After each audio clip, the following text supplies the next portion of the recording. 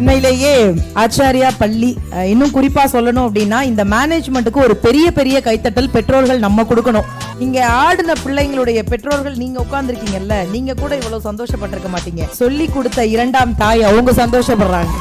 எனக்கு ஒரு பெரிய ஆச்சரியம், கண்ணை கட்டிக்கிட்டு எப்படி அந்த மாதிரி விஷயத்தை பண்ண முடியும், எப்படி கண்ணை கட்டிட்டு ஒரு மெஹந்தி போட முடியும். மனதை ஒருங்கிணைப்படுத்துறதுங்கிறது அவ்வளோ பெரிய கஷ்டம். அதை இந்த பிஞ்சு குழந்தைகளுக்கு இவ்வளவு அழகா சொல்லி கொடுக்குறீங்கல்ல, எனக்கு ஒரு பெரிய சந்தோஷம். என்ன தெரியுமா, ஆச்சாரியா மதத்தை தாண்டி மனிதத்தையும் கற்றுக் கொடுத்திருக்கிறது. இந்த குழந்தைங்க மனசுலையும் நம்ம நிக்கிறோமே, இவங்களுக்கு பிடிச்ச மாதிரி நம்ம ஏதோ ஒரு விஷயம் பேசியிருக்கோமே அப்படின்னு நினைக்கும் போது எனக்கு அவ்வளவு சந்தோஷமா இருந்தது. நல்லா போனை பயன்படுத்துங்க. நீங்க போனை பயன்படுத்துற வரைக்கும் உங்களுக்கு ஆபத்து கிடையாது. என்னைக்கு போன் உங்களை பயன்படுத்துதோ அன்னைக்கு உங்களுக்கு ஆபத்து. அப்ப அதை தூக்கி போட்டுருங்க, அது வேணாம். உங்களுக்கு இருக்கிறத பாதியாவது அடுத்தவர்கள்ட்ட கொடுத்துட்டு சாப்பிடணுமான்னு சொல்லி கொடுக்கக்கூடிய அறிவு பெரியவர்களை விட குழந்தைகளுக்கு அதிகமா இருக்கு. தான் பிள்ளை கேட்ட பொருளை வாங்கி கொடுக்க முடியாத ஒவ்வொரு அப்பனோட வலியும் பிரசவ வலியை விட மிகப்பெரிய வலி. தான் பிள்ளை பலன்னு இருக்கணுங்கிறதுக்காக வாழ்க்கை முழுவதும் பளபளப்புனா என்னன்னே தெரியாம வாழ்ற சீவன் சத்தியமா அப்பனை தவிர எவனும் கிடையாது. முடிஞ்சா காசு பணமே இல்லைன்னா கூட நல்ல வார்த்தைகளை தயவு செய்து தானம் செய்யுங்க. இந்த மாதிரி நல்ல வார்த்தைகளை பிள்ளைகளுக்கு தானமாக சொல்லி கொடுங்க. அதை விட சந்தோஷம் இந்த உலகத்துல எதுவுமே.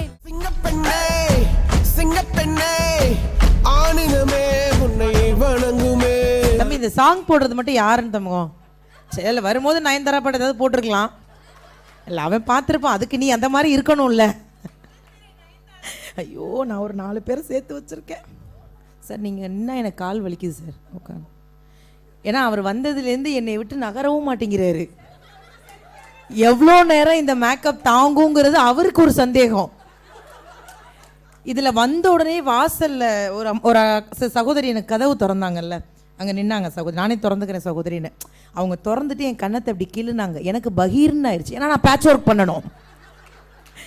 ஏதோ அவங்க தொட்டோன்னே நான் ஏதோ அந்த மாதிரிலாம் இல்லை. அவங்க அப்படி எடுத்த இடம் அந்த இடத்துல ரவுண்டாக இருக்கும், துண்டாக சிக்குவேன் நான். அதனால எதுக்கு அப்படின்னு உண்மையிலேயே ஆச்சாரியா பள்ளி இன்னும் குறிப்பாக சொல்லணும் அப்படின்னா இந்த மேனேஜ்மெண்ட்டுக்கு ஒரு பெரிய பெரிய கைத்தட்டல் பெற்றோர்கள் நம்ம கொடுக்கணும். நான் காயத்ரி மேம்கிட்ட சொன்னேன், நம்ம வந்தோன்னே நான் பேசிட்டு உட்காந்துருவா மேம், பர்ஃபார்மன்ஸ் இருக்கட்டும் அப்படின்னா. அப்புறம் இல்லை மேம், நீங்கள் உட்காந்து கொஞ்சம் நேரம் பர்ஃபார்மன்ஸை பாருங்க அப்படின்னு. நான் உண்மையிலேயே உட்காந்து பர்ஃபார்மன்ஸ் பார்த்துக்கிட்டு இருக்கேனா இல்லை கில்லி படத்தை ரீரிலீஸ் எடுத்து பார்த்துக்கிட்டு இருக்கோமா? நான் இதை எல்லா இடங்கள்லையும் சொல்லியிருக்கேன். என்னன்னா, இங்கே ஆடின பிள்ளைங்களுடைய பெற்றோர்கள் நீங்கள் உட்காந்துருக்கீங்கல்ல, நீங்கள் கூட இவ்வளோ சந்தோஷப்பட்டிருக்க மாட்டீங்க. சொல்லி கொடுத்த இரண்டாம் தாய் அவங்க சந்தோஷப்படுறாங்க. இது நான் எல்லா இடங்கள்லையும் பார்த்து நான் ரொம்ப வியந்து போகிற விஷயம். நம்ம தானே பெக்கிறோம், நமக்கே இல்லாத சந்தோஷம் என்ன அவங்களுக்கு இருக்குன்னா அது எனக்கு இன்ன வரைக்குமே கனெக்டே ஆகலை.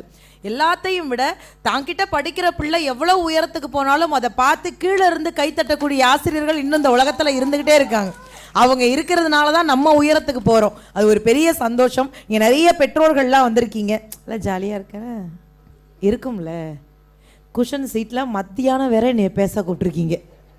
எனக்கெல்லாம் ஸ்கூலில் மத்தியானம் கணக்கு வாத்தியார் 1 1 2ன்னா நான் 3 அப்படிம்பேன். நான்லாம் தூங்குற டிக்கெட்டு.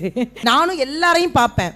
எந்த பேரண்டாவது கை தட்டாம லைட்டா கண்ணை சொருகுனீங்கன்னா ஹேண்ட்பேக்ல வித்தவுட் மேக்கப் போட்டோ 40 இருக்கு, கொடுத்துட்டு போயிட்டே இருப்பேன். எனக்கு ஒரு பெரிய சந்தோஷம் என்ன அப்படின்னா, ஒரு பள்ளிக்கு வரும்போது மேடையில் உட்காந்து கீழே ரசிக்கும் போது ஆண்டு விழா ஒரு என்ன மாதிரி இருக்கும்னா, தொடர்ந்து பாடல் இருக்கும், ஒரு ஏதோ ஒரு விஷயம் இருக்கு. ஆனால் இந்த மேடையில் நான் பார்த்து வியந்த விஷயம், இந்த பள்ளியில் நீங்கள் கற்றுக் கொடுக்குற விஷயம் எனக்கு என்ன இன்னும் ஆச்சரியமாக இருக்குன்னா, அந்த பொண்ணு எப்படி கண்ணை கட்டிட்டு அதில் அவளுக்கு இருக்கிறது இடுப்பு, அதனால சுற்றிக்கிட்டு இருந்தா. எனக்கெல்லாம் கொடுத்தா நான் இங்கே சுற்றினா திண்டிவனத்தில் போய் விழுந்திருக்கோம். எனக்கு ஒரு பெரிய ஆச்சரியம், கண்ணை கட்டிக்கிட்டு எப்படி அந்த மாதிரி விஷயத்தை பண்ண முடியும், எப்படி கண்ணை கட்டிட்டு ஒரு மெஹந்தி போட முடியும். நானும் உட்காந்து காயத்ரி மேம் நோடிட்டு இருக்கேன். மேடம் இதெல்லாம் எப்படி சொல்லி கொடுக்குறீங்க, இதெல்லாம் எப்படி சொல்லி கொடுக்குறீங்க மேம்? இதெல்லாம் குழந்தையிலேருந்தே நாங்கள் ட்ரீட் பண்ணுறோம். இதை விட ஒரு பெரிய விஷயம் சொன்னாங்க, பிள்ளைங்களுக்கு காலையில் 5 மணிக்கே நாங்கள் ஆன்லைன் கிளாஸ் ஆரம்பிச்சிருவோம்னாங்க. அப்போ தான் முடிவு பண்ணேன், நாம் இருக்கும்போது ஏன்டா அந்த மாதிரி ஸ்கூல்லாம் இல்லாமல் போச்சு. இவ்வளோ விஷயம் கற்றுருப்போமே, எத்தனை நல்ல விஷயங்கள் கற்றுக் கொடுக்குறீங்க பிள்ளைங்களுக்கு. நிறைய இடங்களில் படிப்புக்கு மட்டுமே முக்கியத்துவம் கொடுப்பாங்க. இருப்பாங்க. நீங்கள் கொடுக்குற விஷயம் படிப்பு மட்டும் இல்லை. நீங்கள் பேரண்ட்ஸ் இன்னொரு விஷயத்தை யோசிக்கணும். நீங்கள் இவங்க பண்ணாங்கல்ல இந்த இதெல்லாம் வந்து ஏதோ ஒரு யோகா அதெல்லாம் கிடையாது. எல்லாம் என்னன்னா கான்சன்ட்ரேஷன் மட்டும்தான்.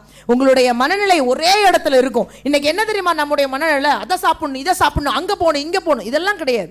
மனதை ஒருங்கிணைப்படுத்துறதுங்கிறது அவ்வளோ பெரிய கஷ்டம். அதை இந்த பிஞ்சு குழந்தைகளுக்கு இவ்வளவு அழகாக சொல்லி கொடுக்குறீங்கல்ல, அந்த யோகா டீச்சருக்கு ஒரு பெரிய பெரிய கைத்தட்டல் நீங்கள் கொடுத்தே ஆகணும். அவ்வளோ அழகாக பண்ணாங்க. பிள்ளைங்களும் சும்மா சொல்லக்கூடாது, பிரித்து எடுக்கிறீங்க. நான் பார்த்து வியந்த விஷயம், ரொம்ப ஆச்சரியப்பட்ட விஷயம், அந்த மேடையில் உட்காந்து இங்கே ஒரு அம்மன் அந்த பாடலுக்கு வந்து ஒரு பெர்ஃபார்மன்ஸ் பயங்கர யோகாவோட பண்ணும்போது ஒரு அன்பு சகோதரி, இஸ்லாமிய சகோதரி கிட்டக்க வந்து நின்று பார்த்தாங்க. எனக்கு ஒரு பெரிய சந்தோஷம் என்ன தெரியுமா, ஆச்சரியா மதத்தை தாண்டி மனிதத்தையும் கற்றுக் கொடுத்திருக்கிறது. சகோதரி வந்து பக்கத்துல நின்று அவங்கள தாண்டி கை தட்டிட்டு இருக்காங்கல்ல, எனக்கு என்ன தெரியுமா பெரிய சந்தோஷமா இருந்தது. இதுதான் என் நாடு, இதுதான் என் தேசம்.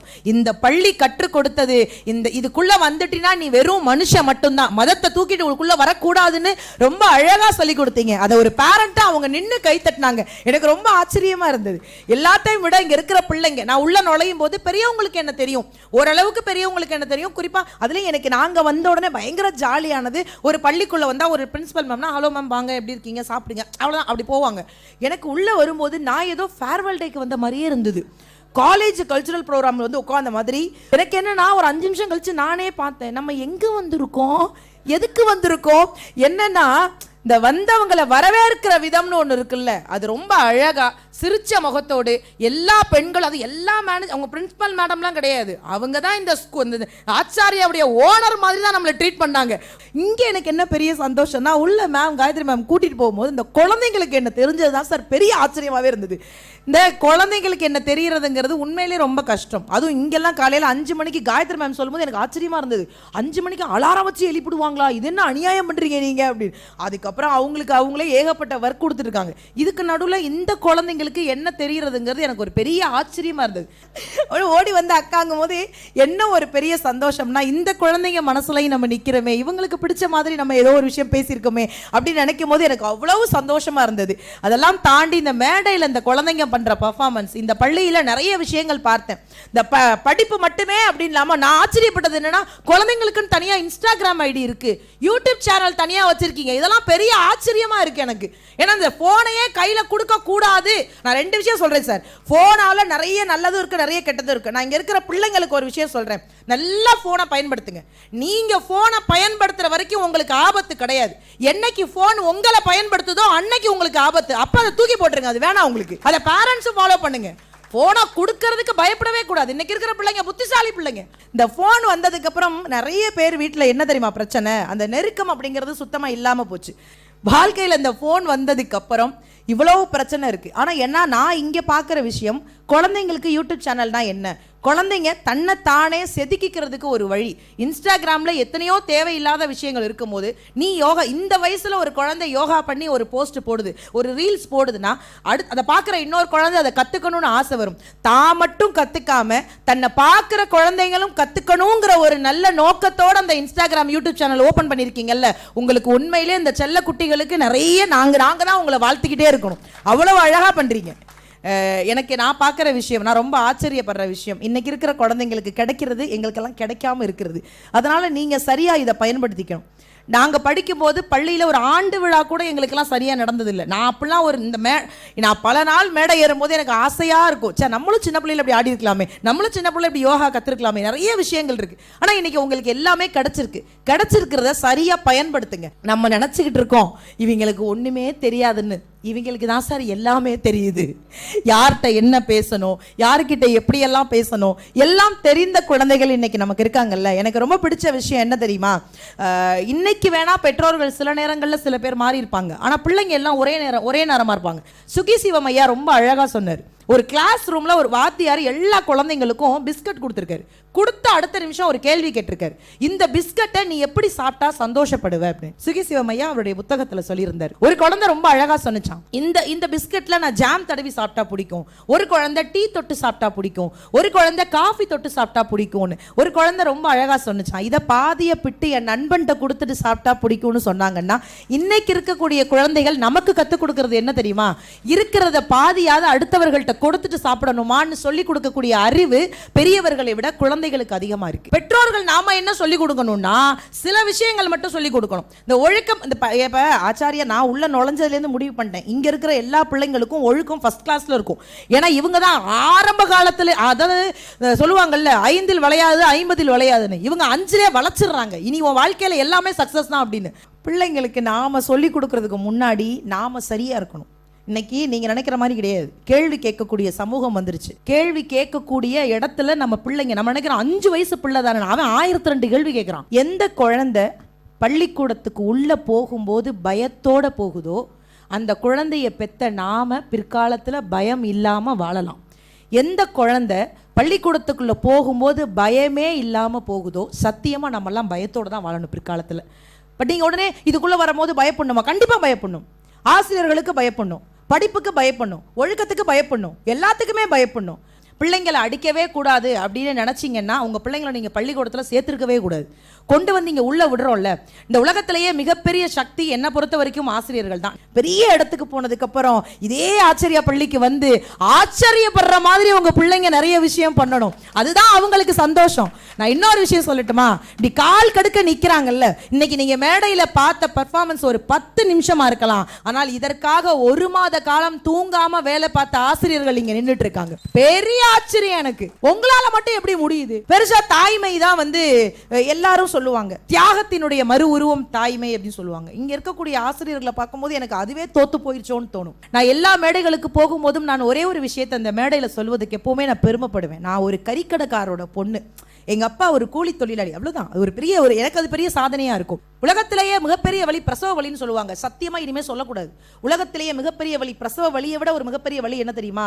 தான் பிள்ளை கேட்ட பொருளை வாங்கி கொடுக்க முடியாத ஒவ்வொரு அப்பனோட வலியும் பிரசவ வலியை விட மிகப்பெரிய வலி. அந்த வலியை அப்பாக்களுக்கு கொடுத்துறாதீங்க.